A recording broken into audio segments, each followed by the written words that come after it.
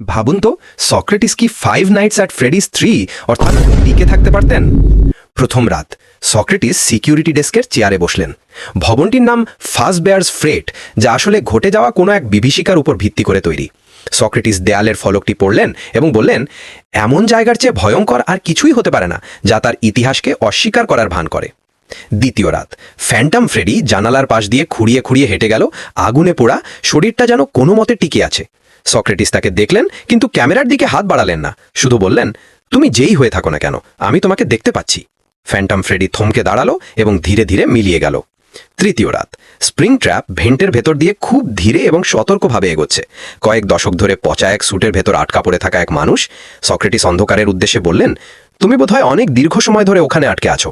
নড়াচড়া থেমে গেল। চতুর্থ রাত দরজায় স্প্রিং ট্র্যাপের আবির্ভাব ঘটল। সক্রেটিস তার দিকে তাকালেন এবং প্রশ্ন করলেন, তার অতীত অপকর্মগুলো কি তাকে তাড়া করে এই স্যুটের ভেতর নিয়ে এসেছে, নাকি এই স্যুটে আটকা পড়াই তাকে এমন দানব বানিয়ে দিয়েছে? স্প্রিং ট্র্যাপ টানা 4 ঘন্টা মূর্তির মতো দাঁড়িয়ে রইল। পঞ্চম রাত সক্রেটিস করিডোর দিয়ে যাওয়ার সময় স্প্রিং ট্র্যাপের পাশ কাটালেন এবং বললেন, কিছু কারাগার অন্যরা তৈরি করে দেয়, আর কিছু কারাগার আমরা নিজেরাই নিজেদের জন্য তৈরি করি। স্প্রিং ট্র্যাপ তাকে চলে যেতে দেখল, তাদের মধ্যে আর একটি কথাও হলো না।